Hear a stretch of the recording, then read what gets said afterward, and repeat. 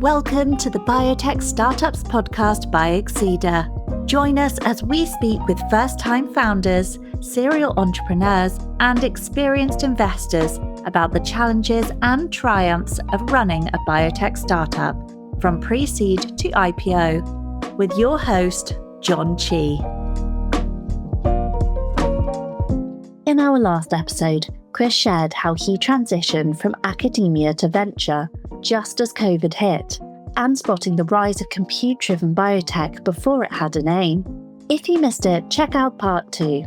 In part 3, Krish talks about studying nanomedicine at Oxford while investing full-time, how the university's tutorial system shaped his approach to research, and why he pushed to complete a master's and PhD remotely. He also shares how the experience informed his next moves, what drew him toward being a general partner, and how that path led him to AIX Ventures, where he joined a team of world-class founders and scientists building the next generation of AI-native biotech companies. I know you also went to Oxford. Right. Yeah. Was this during Harmonics, or when was this? Yeah. So if you want to add more to the insanity, so once again, doing that full tilt, let me go work full time and go to school full time. Dude, do you sleep? Like, that's a funny thing. Like, I find that it's not that bad because I protect my time, right? Yeah. Super important, right? Like when people are like, you got to work 100 hours a week, I was like, your efficiency curve drops after 55 hours, right? But there's absolutely no point in doing that miscellaneous 35 hours, right? Like, and that was my thing of like, okay, can I optimize my time enough to where I can do this? But then also, like, if you like what you're doing, it doesn't really feel like I was like, when I was doing these degrees, I wasn't doing it to get to an endpoint. It was because I'm like already doing this on a day-to-day basis. Yeah. I was like, I might as well get paid for it and get it right? Like, so, and I think that's where a lot of people like be like, oh man, that sucks. I'll be like, yeah, it was a lot to manage, but like, I was like, why not just get a twofer? Because I'm like gonna do this anyway, you know? Like, if anything, it makes me more sharp because then I'm like, I can actually fully master my craft, but then also get a credential that I'm like, great, I didn't have to really pay for it. Like, Sick. So talk about, your time at Oxford. I think you first got your master's in nanomedicine. Did you move for that? Or was it still kind of like where you could do it remote? Ah, man, and here's another rule-breaking thing, like, could do it remote, right? Only because I asked them, right? Oh, no. Well, once Dude. again, once again, testing that, I only applied to one grad school. I only applied to Oxford. That was it, right? Like, and I met my advisor there, and once again, it was kind of the same relationship I had previously. Like, Oxford, the interview process is, was pretty gnarly. So I had done decent on it. Wasn't a rock star, like Rhodes Scholar-esque kind of thing. Like, I was still like, I hope I got in. I don't know. Like, but the interesting thing on that was like, okay, great. Yeah, I was already doing bets in nanomedicine and materials engineering and everything, but the firm Harmonics wanted me to have more, kind of in-depth expertise on basic materials and translatability and everything. And I was like, oh, okay, well, let me go do this for free, essentially. So we did that, and would have to ping pong to Oxford once a quarter, which wasn't that bad for a couple of weeks to meet the thing. I think the main thing was like, I did that and got so ingrained in it that I was like, well, let me just stay, like, this wrap up the PhD over there, right? So that's how it led to that, right? Where I was like, well, I'm like, when I finished the program, my advisor was like, why don't you just stay and finish your PhD? Like, you're already there. Like, and I was like, that was not part of the plan. 3 master's degrees and a PhD. Absolutely. Right? Like, did I go into that like every Asian kid and be like, oh my God, I only get 7 fucking degrees? No. Like, so that was another thing. And I was like, wait, can I work full time and get my PhD in another country? Is that even a thing? Like, and that was the other exercise I had to do. It was like, let me go do this, like, because I don't want to tell the LPs and everything, right? Like, that's a lot of work to do a PhD for fun. Well, to work full time, like, Yeah. No, I don't know. That was a bit weird too. So that's like why it's been on the stealth burner of them being like, so how's that going? I was like, yeah, it's going good. And I have to go back to Oxford in 2 weeks, right? Like, do I recommend it? Once again, no. But if you're like, I'm doing this anyway, and that was the same thing. My dissertation research is like exactly what I'm doing at the firm. So I'm like, this is not It's really, complementary. it's complimentary, but telling a new firm you join that you're doing that, right? It's a bit odd, right? Yeah. Well, So, talk a little bit about the masters and the PhD experience. Like it seems a little bit, a little bit atypical, but you're spending some time there. Like what was your research like specifically, and like talk a little bit about the folks that you were kind of within your orbit and advising it. so my master's research, which actually is getting published as a book that gets released tomorrow, like was all on how to take mRNAs and optimize transfection efficiency to actually get the mRNA to become an oncology drug to actually transfect the cells. So I worked on the first set of machine learning algorithms for that. Yeah, I mean, Hogwarts is cool, man. Yeah. It's funny because technically I was full-time student, so I had a dorm and everything that I ever used, right? Everything and what I loved about Oxford, and this is was that it's not structured like it's a tutorial system, right? Where there aren't you don't get grades or really anything. Well, you get grades, but it's taken everything as a discussion base kind of thing. And the PhD is completely different from any other PhD out there in the world. Like I don't have classes or anything. It's all that's based on your research. And since all my research is computational based, I can do it on a laptop anywhere. I don't need to be in a lab or anything. So that was probably the most interesting almost like when I first started, traditional PhD, you got to take the courses again. You have to be a TA and everything. I've heard it's like you actually apply with your dissertation idea before you actually get admitted, right? And this is totally different, right? Like you don't get admitted, you can't apply to Oxford without your dissertation topic. Whoa.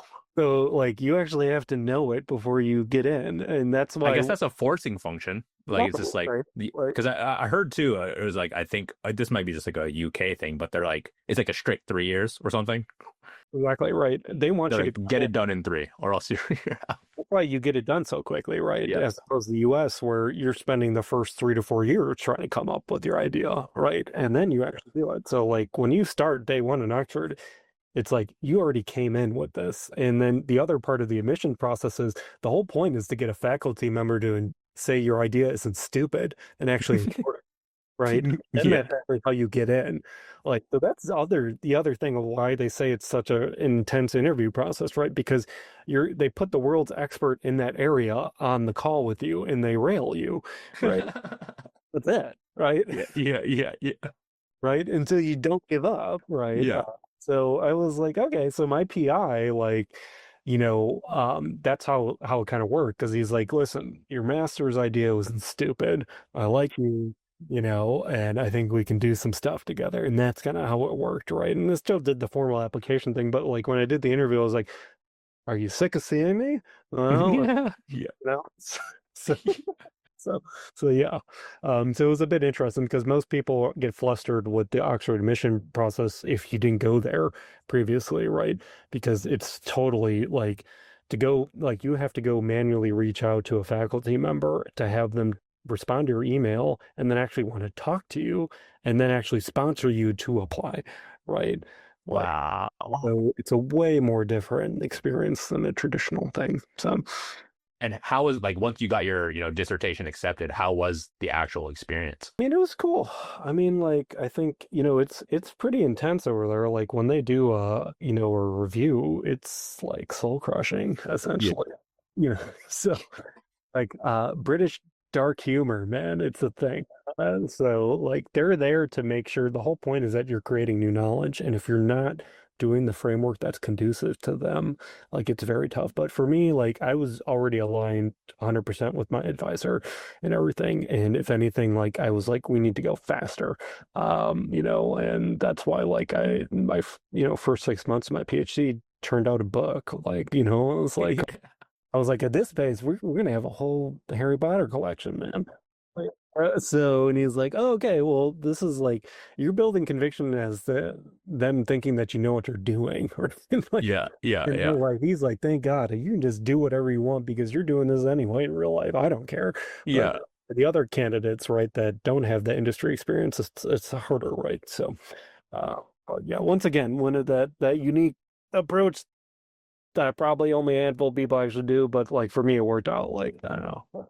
Um, and like as you're looking back on that experience, what were some like, I guess like challenges and like that you overcame, and I guess like maybe some like key lessons you took away from that experience. I think like it's cool to be like passionate about what you're doing and everything, and it's very hard because I feel bad for like people that just exist for the sake of existing, right? Like, and don't have like another kind of structured calling. And I'm not saying everybody, it's different stuff for different folks. There are some people who are just totally fine being in the box, but I was always that person who's like, what happens when I pop my head above the box, right? Like, and seeing what else is out there. So, I mean, my thing is like, it's good to be an achiever, but it's funny how I don't view them as like tombstones or achievements. I just view them as like, I was fucked in this situation, and this is all I could do.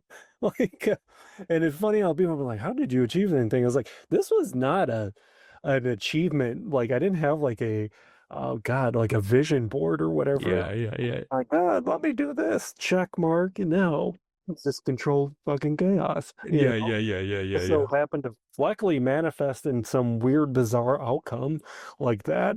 But like, is that like if you told somebody on day one that that's the case, it was insanely stressful. Like, because like every couple of years, I'd have to do a recalibration exercise to be like, what am I doing next, right? As opposed to just being like, I'm just going to do X, Y, Z success. Um, so I think it was good. It was good to basically get you know, to grow up very quickly early, but also the caveat to that, it was like, as I keep mentioning, like, is that conducive to everybody? Absolutely not. Like, it was just conducive to me at the time, and I just did what I could because I was backed in the corner to do it. And I think, like, once again, that suffer mentality, if you're doing that, then you're just like, I just did this to survive. And I think, like, it's funny when you hear Jensen or whatever be like, oh my God, what was that coming to Jesus moment? It's like, I didn't have one. I was just doing stuff. Like, like, it happened to kind of snowball enough to get to the optics of it being seeming like that. But I think a lot of people think it was like prescriptive, right? Like, and it'd be like, well, you must have totally know what you're doing. And everybody is always like, no, right? Like, so I think from a quality of life perspective, like establishing boundaries, probably the biggest thing I learned is like, great, I got to push the limits of who I am, but then realizing what are the opportunity costs associated with that, right? And it's like the opportunity cost of that is like I'm living my 20s and my 30s now because I didn't get that time to actually manifest in that time period, or just realizing, great, you get this accelerated clip of moving forward in your career, but then you realize, well, that's it, nothing left to do. 35 years, right? You're tapped out, right? Yeah, yeah, Well, yeah. that's it. So it's kind of some interesting forward insights of people would be like, oh, I want to get successful quickly. Like, great. But then there's also a host of baggage of being like, am I sufficiently equipped, right? To maintain that in the future. And that's kind of the revolving question, right? So, And that's like something, it's just there's trade-offs. right. It's just like everything has a trade-off, and just like being like going in eyes wide open, like into that, and not just like, doing it for the sake of like going through the motion and doing it for the sake of doing it. But like, I would imagine like kind of you've had these kind of like very like condensed, like kind of like, it's like baptism of fire, just like condensed really, really quick. And like when, it sounds like the Oxford experience was that. Now you're still at Harmonics, like, and you've gotten your, you finished up grad school at Oxford. Like, did you, and at that point in time, were you like just like at that point just like we're just like implementing kind of like what you learned in the UK and like into your practice? Yeah, and I was taking it like, almost every day, right? Of just being like, okay, like what's the new iteration? What's the new thesis to test? What's the new modality, etc. Right? So it was helpful in that. It was also helpful to have, structure and then also kind of identify like, hey, like once again, it came to that thesis of like, like, I'm doing this anyway, might as well do this, right? Yep. Like, if the optionality wasn't there, then I'd be like, okay, well, then that's a total waste of time. You talk to most people who get a PhD, they're like, yeah, that was a waste of time, right? Yep. Like, it had to be very clear for me to be like, I'm only doing this because I'm already doing this, right? Yep. Because I couldn't afford to hypothesis test. So Yeah. And so like, I guess, this is this kind of grad school kind of overlap with Harmonics. This was kind of at the tail end. yeah, this was actually basically I didn't start Oxford until like my third year of Harmonics. Got it. So at that time I was like, well, like did the venture thing, and then for some reason the firm mandate and everything, and then being like, hey, I want you to get this exposure, like it kind of worked kind of quite well to find that. So I was like, okay, great, yeah, I get it. I don't have an engineering background, right? And that was the thing where it's like, well, am I gonna go? I don't have an engineering undergrad either. So that was like when I first applied to Oxford, they're like, this program's at the Institute of Biomedical Engineering.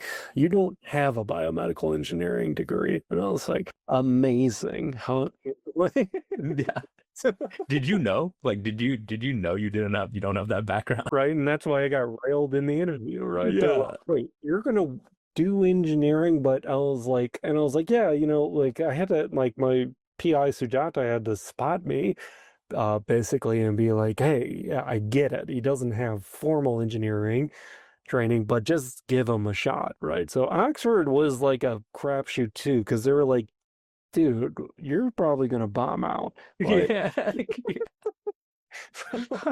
there wasn't a lot of conviction on their side in me. That's so funny. And so now you're back at Harmonics, and I guess like as you look back on that experience, like were you like just like blazing trails, or were there any like folks that kind of like showed you the ropes and like in some ways? In venture, I like slowly was talking to other firms in every shop, and I think it was helpful. Like, at my firm, it was like we had a great scientific advisory board that I put together, and like I had like some of the best folks around town that had run Novartis's fund and everything, and like the SAB and I became really close because like I would run deals through them and everything and get their purview and a little bit of mentoring and guidance and everything, and they served as my references both for grad school as well as for like the firm that I'm at right now. So I think like you want to cultivate your tribe, essentially, of people that will be like your kind of choir for how great you are for the rest of your life, right? And it's good to have that. So, I'd done that between advisors, but also the other VCs out there, and setting up, the usual stuff, rotating quarterly calls and everything to do temperature checks and everything. But as you know, VC is a very human-centric business. It's high touch and everything, and it's a very hyper niche space, so everybody kind of knows each other. So I think that was probably the element where I was like, I've been, basically doing it kind of like brute force pitch book style, right? Doing that. And then I was like, okay, well, there's also the best deals get more socialized around.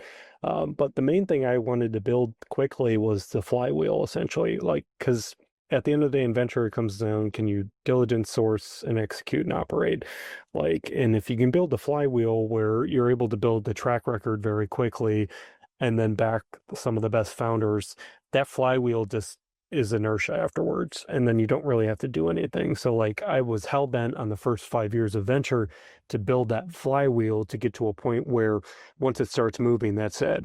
And you don't need to worry about like, oh, okay, do I need to keep building out my sourcing channel and diligence and whatever, because you're like, I'm comfortable. And I think like once I did, north of 40 deals, I had the unicorn founders and the track record and all that stuff, so I didn't have to be like, oh, this is me, and everybody be like, who the fuck are you? Yeah. Right. So, which there are plenty of people like that in venture, like resilient people like that all the time. Every time I get an inbound from somebody, I'll be like, who the fuck are you? Like, so, and I find the best managers are dark horses, right? We don't like really want to be out there. We're just focusing on rinsing and repeating our playbook, but don't need to be on primetime TV every day talking about how great this is, right? So, yep, interesting. And so you're it sounds like at this point you're kind of like you were at Harmonics for like 4.5 years, somewhere around. Yep. Yep. And so how did you know it was time to leave? I mean, it's funny. I always say humans are hard, right? And like in every shop, there's always something. And at that point, I was like, man, like I'm learning all the time, and like I wanted to be at a firm that was going to give me a line of sight to a GP, and also wanted to be like, I wanted to be a shop that just had more firepower. I guess Um, let me back up a little bit. So when you become a partner, you're not necessarily a GP. Correct. Right. So partner, like, so you got the partner like format is okay, great. Now you're pitching the fund and everything. You're getting carry, which is great. But you're not actually investing in the firm.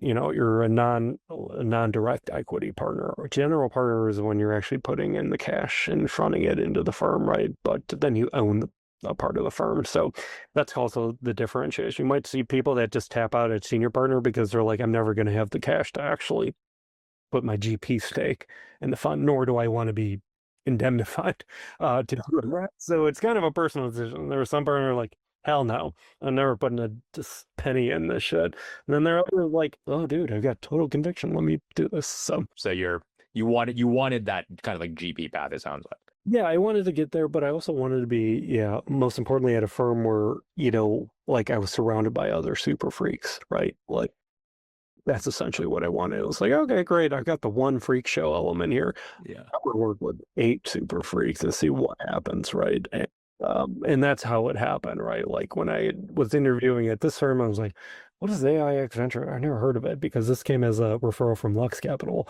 So I was like, yeah, okay, yeah, I know Lux. So sure, I'll take this miscellaneous call, right? And I had met our GP, Sean, and everything. And they weren't actually looking. Most of the time at Venture, they're not actually actively hiring. Like a lot of the positions just get filled because like you met the partner and then be like, yeah, probably 6 months I'll hire, and I'll be like, you should just hire right now, right? Like, and it's not like a robust recruiting, timeline or anything. So, but yeah, and I met our general partner Richard. He invented prompt engineering and everything, and worked on AlphaFold, and was super famous in that. And I was like, that's the person I want to work with. That kind of group of people now, like the real fucking people that actually built the foundation for modern society in some way. So that was kind of it. It was more of like okay, I'm good at the strategy stuff. It was kind of like a higher call of like, what if I could work with like the Fellowship of the Ring, essentially? Yeah. Like Yeah. so. Very cool. And I guess before we dive right into the AIX Ventures kind of your current work, I know you're involved with Nucleate and also with ARPA-H. Can you talk a little about your involvement there in both? Yeah, I mean, like, so the nice thing about, working with, Ash and everybody else plugged in with the Department of Defense quite thoroughly. So, it's been nice to work with them on a whole bunch of initiatives. I've sponsored, SoftWorks and worked with special operations on all different projects and everything. And my last firm, Harmonics, we disguised defense tech under deep tech. We just called it that because it was more acceptable. But like, so I got to work on all those cool projects and everything with the DoD. And like, yeah, I got intro to ARPA-H and DARPA BTO and a few other organizations I've worked with on. They want to identify, Silicon Valley is in the year 3000. DoD is in the year 2000. Like, so there's a fundamental mismatch here. So they're always keen on poaching people from the venture community that actually gives them a temperature check. So it's been cool to work with ARPA-H since inception, essentially. I mean, at one time they weren't going to be in existence, and now I guess they are. But like, and like Nucleate, I had been working with them since day one, when it was called Activate, and it was a bunch of garage band kids at Harvard. And Michael Rechkin was the original founder of it. And he was like, yeah, we're going to do the student organization. I was like, yeah, I don't really like to lend my name out for student organization things because I'm like, it's a student organization. And then all of a sudden, 2 years later, Nucleate's on every university on planet Earth, essentially. Yeah. Now they have their own venture fund and everything. And it was like, okay, this is cool. But in that capacity, advisor is typically there for, helping the founders with the BD, the actual pitch deck construction, the vision, picking out the cohorts and all that good stuff. So I have like a sidecar pocket every quarter of like 10 hours for miscellaneous things, and that will be for the advisory positions formally. And typically I'll cycle off every couple of years from it to be like, hey, yeah, I think I provide my value. Here's the recycle. But it's also good for deal sourcing and stuff like that, because you never know where the next best team is and everything. And it's nice to already be plugged into those affiliated networks. So Absolutely. And I'm guessing part of that, like those 10 hours per quarter is like Nucleate and the ARPA-H work. Are you still doing both? Yep. So I'll do those, and then other miscellaneous, things like, I have the Modern Warfare Initiative with SoftWorks and stuff like that. I'll be like, okay, I'll plug in a couple hours for this and stuff. So very cool. Yeah. We're big supporters of Oliver and Suf and Michael at Nucleate. Love what they're doing. But yeah, you're exactly right. It was like kind of this thing which is just like, oh, okay, like we're everywhere now. like quick, man, that's got t-shirts and stuff now. Yeah, exactly. So to get back to your current gig, you basically, friends over at Lux are like, take the call, and you're like, yeah, sure, I'll take the call. And you realize that there's a bunch of super freaks that that you've been looking for. It sounds like you have now found your tribe. Can you talk a little bit about AIX's like mission and focus as a firm? Definitely.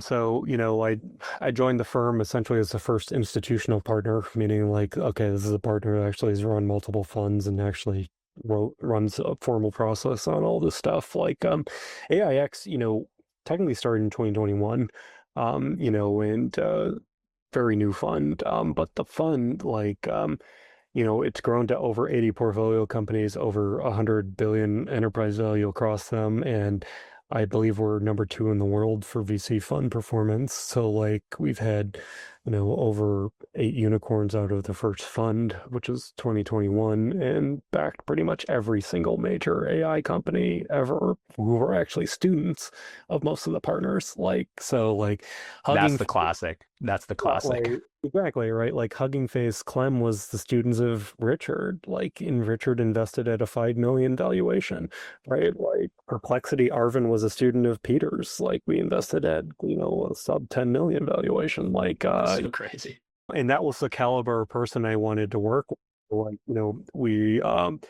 The second fund is the first fund was a 50 million vehicle. That's done exceptionally well. It was already, returned a lot of money, but also then they went into the second fund, and that's where they hired me to be basically like, hey, we're institutionally anchored now. We need partners that can do this full time and run a book correctly and everything. And I joined kind of mid-cycle of the fund, and once again, it was kind of the Plato thing, right? I joined, there wasn't there were a couple investments done in the space, but there wasn't actual thesis construction, institutional grade construction, and that's exactly what I was hired for. I was like, okay, this is essentially Harmonics once again.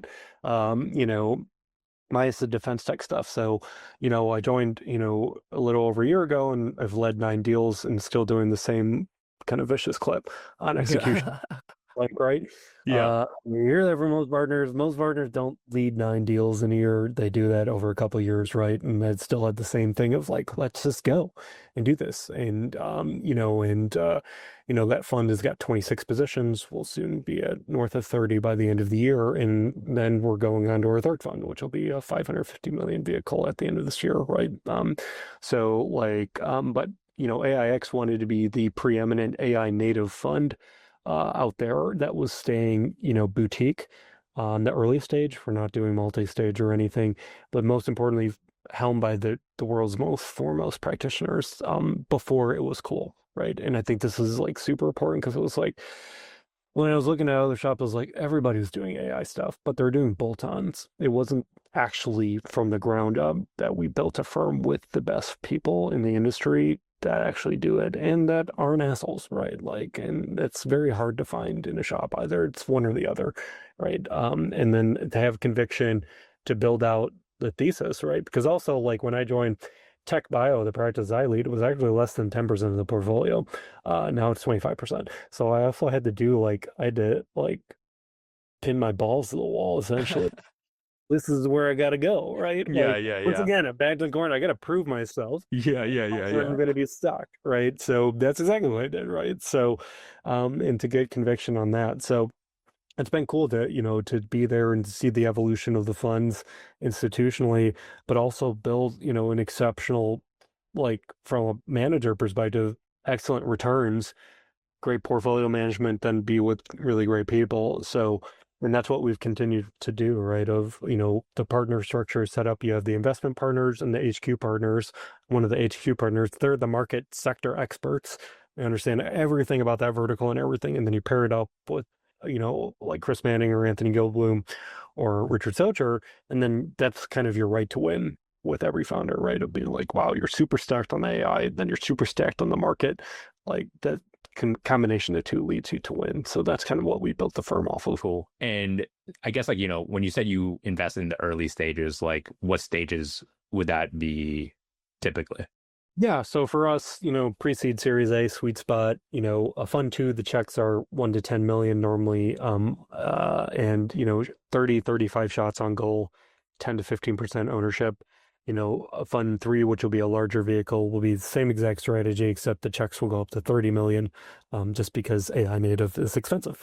Yeah. But yeah, so that's kind of it. So, but we're cognizant of, and this was an exercise we did of once you get past 550 million, right, it becomes very difficult to return capital, right? Like if you're $1 billion fund, how are you going to return $3 billion to your LPs? Like that's a ridiculous burden, and that's what leads to that whole slide of like the slippery slope of suboptimal performance. So we just identify like this is the perfect strike zone.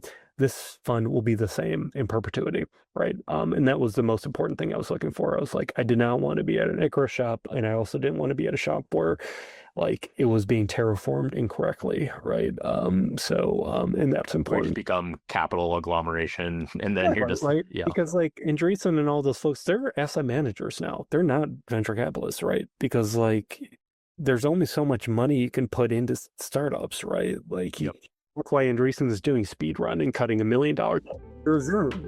Like Yeah. That's all for this episode of the Biotech Startups podcast featuring Krish Ramadurai. Join us next time for part 4, where Chris takes us inside the current AI native market, why foundation models are commoditizing, where defensibility really lives, and how application layer wedges translate efficiency into enterprise value amid a tight fundraising environment.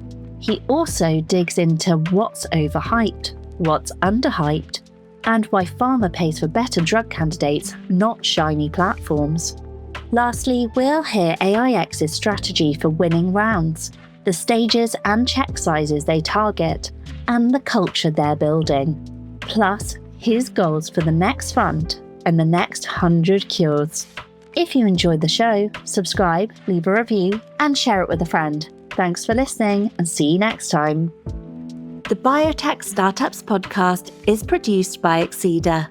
Don't want to miss an episode? Search for the Biotech Startups podcast wherever you get your podcasts and click subscribe. Exceeder provides research labs with equipment leases on founder-friendly terms to support paths to exceptional outcomes. To learn more, visit our website www.exceeder.com. On behalf of the team here at Exceeder, thanks for listening. The Biotech Startups podcast provides general insights into the life science sector through the experiences of its guests. The use of information on this podcast or materials linked from the podcast is at the user's own risk. The views expressed by the participants are their own and are not the views of Exceeder or sponsors. No reference to any product, service, or company in the podcast is an endorsement by Exceeder or its guests.